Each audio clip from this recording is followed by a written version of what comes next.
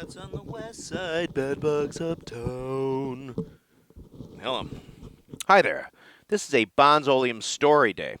I hope you've enjoyed the drum covers. I'm going to keep doing them, but I'm also going to make more just regular videos. I've actually gotten a lot of comments from people like, hey, we missed the videos where you're yapping. So many people used to complain about that, but anyway. All right. So, here's a Bonzoleum story.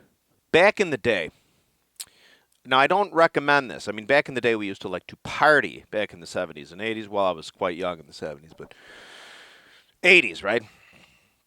So I wanted a fake ID. Okay, so I wanted a fake ID. I had just probably gone off to college or was about to go off to college. In Illinois, of course, the drinking age was 21. So I thought, well, a lot of people are getting these fake IDs where, back in those days, sometimes they'd even take pictures in front of a big board that might, that look like a driver's license. They'd take the picture and they'd, I don't know if those worked or not, but I had an idea. I'm like, I'm pretty smart. I'm Bob Clever. So I asked my cousin, God love him, BB. I said, BB, do you mind if I go into the DMV with your information and get a driver's license with your information and my face on it, a.k.a. an infallible ID, right? He's like, sure. Actually, I might have done it twice because the first time I did, I think I got an ID card because I didn't want him to go through the trouble of redoing his driver's license. But then I lost that one or something. So then I did it again. Except this time I said, do you mind if I get a driver's license? He's like, sure. I'm like, all right. Which meant, obviously, subsequently, he'd have to go in and get another one, a current one. But we didn't worry about that at the time. So I said, all right, so he gave me his Social Security card that doesn't have a picture on it. And he gave me his birth certificate that doesn't have a picture on it. And then he gave me a letter addressed to him, like with his address on it, but it had to be sort of an official letter, like from work or from school or, a gas bill or something. So I took those three pieces of information that don't have any pictures on it, right? So I go into the DMV, right, and I have sunglasses on. I go in, and I get up to the counter. I'm like, hi, my name is, I lost my driver's license. I'd like to get it. Okay, let's see your 3 ID. Okay, well, here's my letter, my birth certificate, blah, blah, blah. Okay, wait over there. We'll take your picture. So, gotcha. Sit down, wait for the picture. Call Keating, get up, stand in front of the camera, take the sunglasses off, get the picture. 5 minutes later, I go strolling out of there with an infallible fake ID. Terrific. So, I think the first time I ever used it might have been the second time. We're out, right? And a couple of my buddies had fake IDs, but I was like, I'll go in and get the stuff, no problem.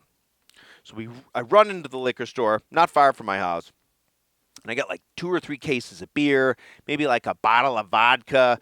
Maybe in those days, people drank wine coolers. Usually the ladies drank wine coolers, and those would get you busted up fast if you weren't careful. And then probably like 15 packs of cigarettes for all, girls, they chain smoke back in those days, at least the chicks we hung out with the ladies we did.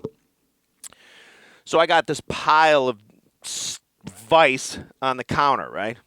And the guy, I walk up there, and this guy's just looking at me like, I mean, he was like, he stormed the beaches like in Normandy. You know what I'm saying? I mean, he was an older fella. God love him. By the way, that generation saved our lives. We could have been speaking German real easily. Anyway, so what happened is I'm standing there, and he just looks at me, and he goes, can I see some ID? I'm like, sure. Whip my wallet out. I'm like, here you go, buddy. Bam. Pull it out, hand it to him, like kind of like, not even looking at it. I'm sort of sitting there. And he's like, and he's going like this, and I finally look at him, and he goes, it says here your eyes are brown. Now, I have blue eyes. I don't know if you can tell. But they're sort of like a slate, sort of cadaver slabby blue. And I'm like, so immediately I go into panic mode. And thank God, somewhere in my brain, it's like, boop, boop, boop, boop, boop, boop. I'm like, yeah, well, back in the day, when I got my blue, back in the day, you didn't, they gave you a blue card. It was like a temporary driver's license. It sort of looked like a Social Security card that was blue. I said, when it came, my Social Security number was off by a digit. My eye color was wrong. And so I got a correction form. I sent it in. So when I got my driver's license, the social security number was fit. In those days, your social security number was on the front of your driver's license. I'm not making it up. And I said, but they didn't correct the eye color. So, and he goes, okay, and he hands it back to me. So I pull out the stack of fives and singles. It's about this fat, obviously. Pay for all the stuff, get the hell out of there. So that was terrific. That I'm still proud of that. I think I'd be good in a foxhole. You know what I'm saying? With the belt of bullets. Anyway, so but I'll throw in another. Ooh, you know how I lost that driver's license though? How I lost that golden fake ID? If you look back at one of my other Bonzoleum stories, the chivalry meets fist. That driver's license was in my wallet when Dudesicle picked my wallet up the ground and ran down the street with it in a victory, like that, as I stood there bleeding all over the place. So there you go. That's what happened to that. So I'll throw in a bonus story too. All right. Back in the day, probably 1980, okay, we used to love, I can't tell you how much trouble we used to get and used to love to. In those days, we were sort of troublemakers. I don't recommend it now. So what we used to do is we go out and get in trouble. Probably we'd chain smoke Marlboro cigarettes and other things, and we get all crazy.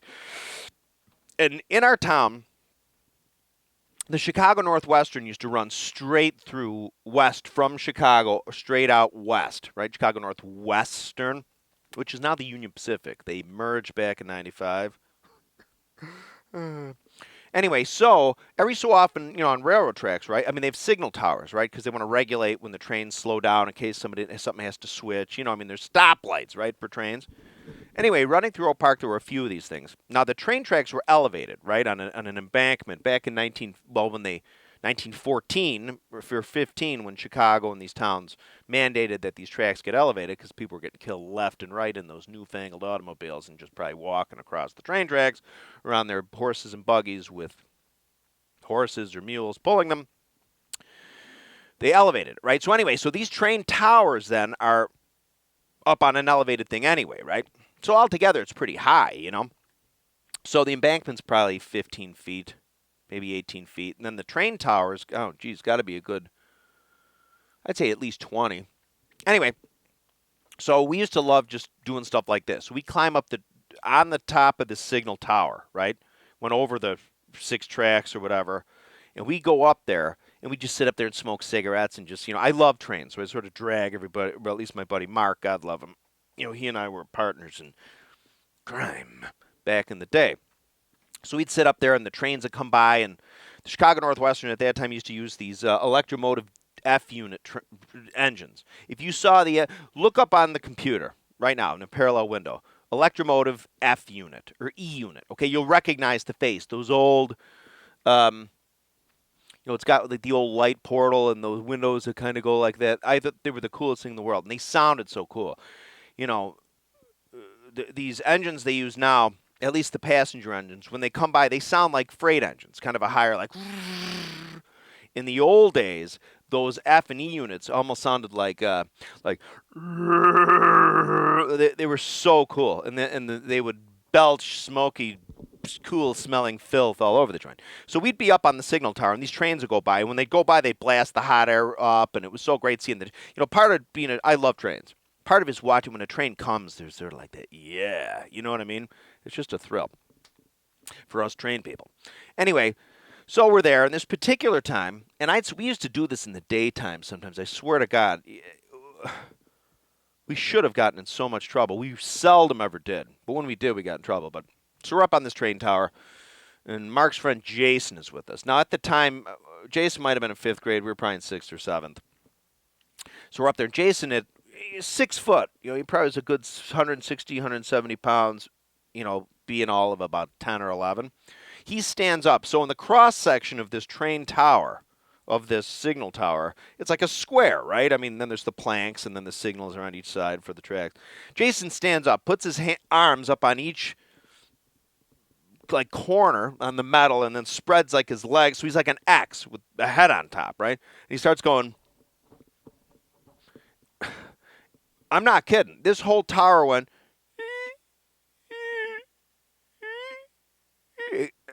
I screeched. I was like, ah! I was like, Jason, for the love of God, stop. You know, I mean, it could have fallen over. This thing was erected, like I said, in 1915. It's still there.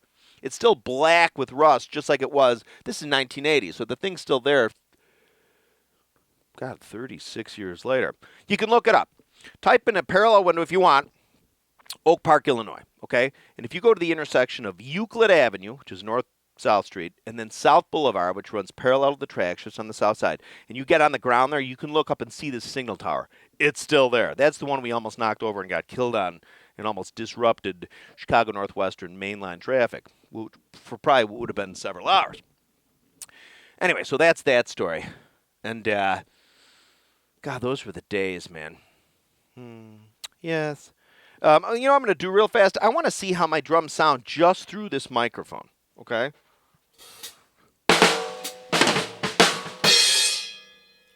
Hang on. Let's put the old wallet on, because I know it's kind of...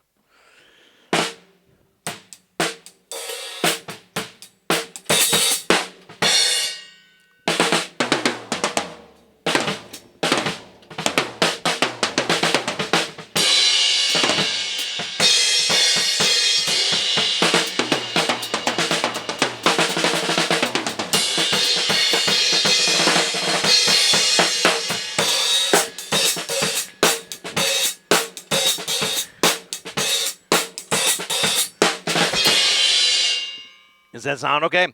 Anyway, I just want to always do that. Another thing, too, if you can buy my record, that'd be great. If you want to, I'm working on my new record, my new album. Remember, these are all original tunes. This Terry Keating Greatest Hits, these are all original.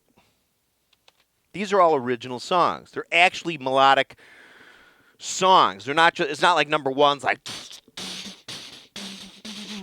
for 5 minutes, right? And the second one's not like for 5. I mean, these are actual songs, okay? In fact, number 3, In My Heart, was actually on WXRT radio a couple times, okay? That was, I mean, it was a local thing. It wasn't, well, you know, the neat thing about it is usually there's a local show they have on Sunday night. This fellow Richard Milne hosts it. God love him. That's another story I could do too, but anyway. So, what he do sometimes, he has these capsules. So during the week, like on a Tuesday or Thursday night, he'll just throw your song sort of in with everything else, which is really nice. So I was like on the radio. It was great. So if you want to buy this from me, Seller Kingish, Kingish, Kingish. I'll send it off to you, and I'll sign it. I'll be like, you know, Bonzoleum, how are you? Who loves you? You know what? If you want, okay? People always ask for it, so I don't want to sound egotistical, but they do ask if you can sign it. So if you want, I'll sign it for you. So I really love the disc. Maybe, what if it's a collector's item? What if I get hit by a meteor tomorrow, and suddenly some movie star or somebody's like, God, I love this guy's videos. And then I get popular post-mortem. You'd be, if you had one of these babies, maybe it'd be worth $30. Anyway, thanks for watching my videos. More videos on the way.